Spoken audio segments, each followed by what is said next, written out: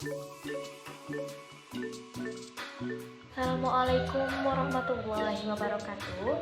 Apa kabar teman-teman hari ini? Semoga selalu dalam lindungan dan rahmat dari Allah Subhanahu wa taala. Perkenalkan, nama saya Wahyuni Widi Lestari. Saya merupakan salah satu mahasiswi dari program studi Ilmu Al-Qur'an dan Tafsir semester 2, kelas 2B, Fakultas Usuluddin Adab dan Dakwah di AIN Palangkaraya dengan NIM 2013130064. Di video kali ini akan kita jadikan sebagai media belajar dan wadah saling tukar informasi agar keilmuan kita tentang ilmu tajwid semakin bertambah. Yuk kita cek videonya, let's check it out. Adab membaca Al-Quran. Sebagai kitab suci, Al-Quran mempunyai adab tersendiri bagi orang yang membacanya. Adab tersebut sudah diatur dengan baik demi menjaga keagungan dan penghormatan terhadap Al-Quran. Setiap orang yang hendak atau tengah membaca Al-Quran harus memperhatikan adab-adab tersebut. Di antara adab-adab yang dimaksud ialah Al-Quran harus dibaca dengan tartil sebagaimana diperintahkan oleh Allah Subhanahu wa taala dalam surah Al-Muzammil ayat 4. Auzid 'alaihi wa rattilil Qur'ana tartila. Dan bacalah Al-Quran itu dengan tartil. Ilmu tajwid merupakan wasilah atau perantara bagi seseorang agar dapat membaca Al-Quran dengan tartil. Bagi orang-orang yang mengerti arti dan maksud ayat-ayat Al-Quran, disunahkan membacanya dengan penuh perhatian dan perenungan akan maksud ayat tersebut. Cara membaca seperti inilah yang dikehendaki, yakni tatkala lidah bergerak membaca, hati turut memperhatikan serta memikirkan isi kandungan ayatnya. Allah Ta'ala berfirman, "Afala yatadabbaruna al-Qur'an walau kana min 'indi ghairillah lawajadu fihi ikhtilafan katsira." Apakah mereka tidak memperhatikan isi Al-Quran? Quran Surah An-Nisa ayat 82. Rasulullah Shallallahu Alaihi Wasallam sering menangis tatkala membaca Al-Quran karena meresapi ayat yang tengah dibaca. Demikian pula dengan para sahabatnya radhiyallahu anhu. Banyak yang mencucurkan air mata ketika membaca ayat-ayat Allah yang menggambarkan nasib yang akan ditanggung oleh orang-orang yang berdosa. Disunahkan membaca Al-Quran dengan suara yang merdu dan bagus sehingga menambah keindahan Al-Quran. Rasulullah Shallallahu Alaihi Wasallam bersabda, "Hendaklah kalian menghiasi Al-Quran dengan suara kalian yang merdu." Hadis riwayat Ahmad. Membaca Al-Quran dengan suara yang merdu tetap wajib mempertahankan berbagai aturan dan ketentuan dalam ilmu tajwid. Jika seseorang mempelajari seni membaca Al-Quran dengan tujuan agar dapat menghiasi Al-Quran lewat alunan suaranya yang merdu, maka ilmu tajwid menjadi syarat baginya sebelum ia mendalami seni tersebut. Adalah naif bila seseorang qari membaca Al-Quran dengan suara yang merdu dan irama yang indah, tetapi cara membacanya salah, sehingga yang terjadi bukanlah menghias Al-Quran, melainkan merusak Al-Quran. Sangatlah baik sebelum membaca Al-Quran kita berwudu terlebih dahulu, karena kita hendak membaca kitab suci yang agung. Tatkala membaca, mulut pun hendaknya dalam keadaan bersih atau tidak berisi makanan. Lebih baik lagi jika kita menggosok gigi terlebih dahulu. Namun demikian tidak melarang hukumnya membaca Al-Quran dalam keadaan berhadas kecil atau tidak dalam keadaan berwudu. Imam Al-Haramain mengatakan bahwa orang yang membaca Al-Quran dalam keadaan berhadas kecil tidak dikatakan melakukan perbuatan makruh, tetapi ia hanya meninggalkan sebuah keutamaan.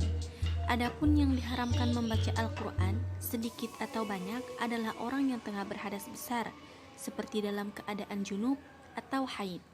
Walaupun demikian, menurut Imam An-Nawawi, orang tersebut diperbolehkan meresapi bacaan Al-Quran tanpa melafalkannya dengan lidahnya.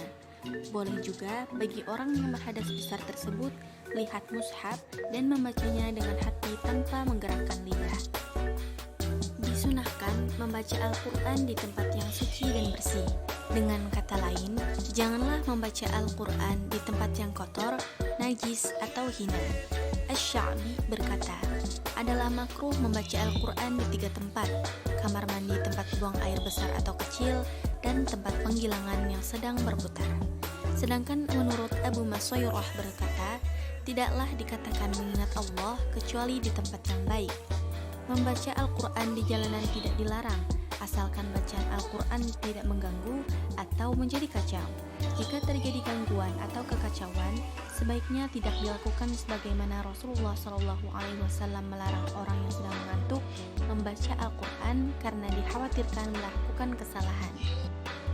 Disunahkan membaca Al-Quran di luar sholat dengan menghadap kiblat karena sebaik-baiknya tempat beribadah adalah menghadap kiblat.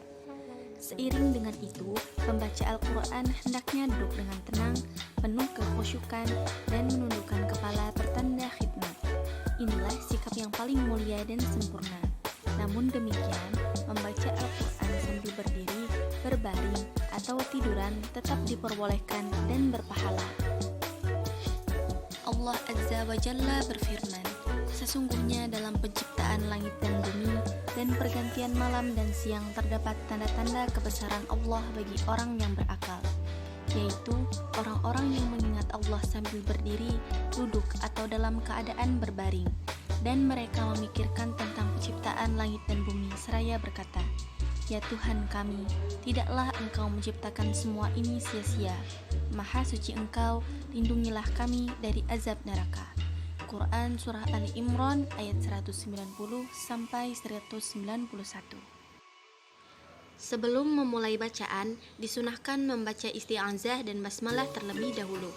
Maksudnya adalah dalam rangka meminta perlindungan Allah supaya dijauhkan dari tipu daya setan, sehingga hati dan pikiran tetap tenang saat membaca Al-Quran. Niat dan amalan kita juga diluruskan semata-mata mengharap berkahnya. Perhatikan dalil-dalil berikut ini. Fa'idza qara'tal Qur'ana fasta'idz billahi minasyaitonir rajim. Apabila kamu membaca Al-Quran, hendaklah kamu meminta perlindungan kepada Allah dari setan yang terkutuk. Quran Surah An-Nahl ayat 98. Setiap urusan yang tidak dimulai dengan bismillah akan terputus berkahnya. Hadis riwayat Abu Daud. Tergolong sebagai perbuatan bid'ah membaca Al-Quran dengan dinyanyikan dalam bentuk tar'im atau suara pembacanya menggelegar bagai halilintar atau memekik seperti orang kesakitan. Tarqis atau seperti orang bernyanyi sambil menari. Tadrib seperti orang bernyanyi sambil menggoyang-goyangkan tubuhnya. Dan tardid membaca Al-Quran yang diikuti jemaah pada setiap akhir bacaan dengan cara yang tidak tepat karena tidak mengindahkan aturan wakaf dan ibtida'nya. Apabila ketika membaca Al-Quran perut terasa ingin buang angin atau mulut terasa hendak menguap, maka hentikanlah bacaan sempurna. Barulah bacaan Al-Quran dilanjutkan kembali atau ibtida dari tempat yang cocok dan baik. Inilah adab yang bagus. Janganlah memutuskan bacaan Al-Quran sebarangan hanya karena hendak berbicara dengan orang lain atau memenuhi hajat yang tidak mendesak. Tetapi, hentikanlah bacaan sampai pada batas ayat atau lafaz Al-Quran yang sempurna dan tidak tergolong sebagai waqaf qadhi. Demikian beberapa hak yang perlu diperhatikan berkenaan dengan adab membaca Al-Quran. Sebenarnya, masih banyak adab-adab lainnya yang tidak dibahas di sini. Kajian lengkap mengenai adab-adab membaca Al-Quran dapat dilihat langsung dalam kitab At-Tibyan fi Adab Hamalatil Quran karya Imam An-Nawawi rahimahullah. Akhirnya, semoga Allah yang Maha Penyayang senantiasa menjaga hati dan lisan kita dari kesalahan membaca ayat-ayatnya yang agung, menaungi hidup kita dengan petunjuknya yang lurus, serta memasukkan kita ke dalam golongan hamba-hambanya yang ikhlas dan selalu berkhidmat kepada Al-Quran. Amin. Ya Mujibas Salim.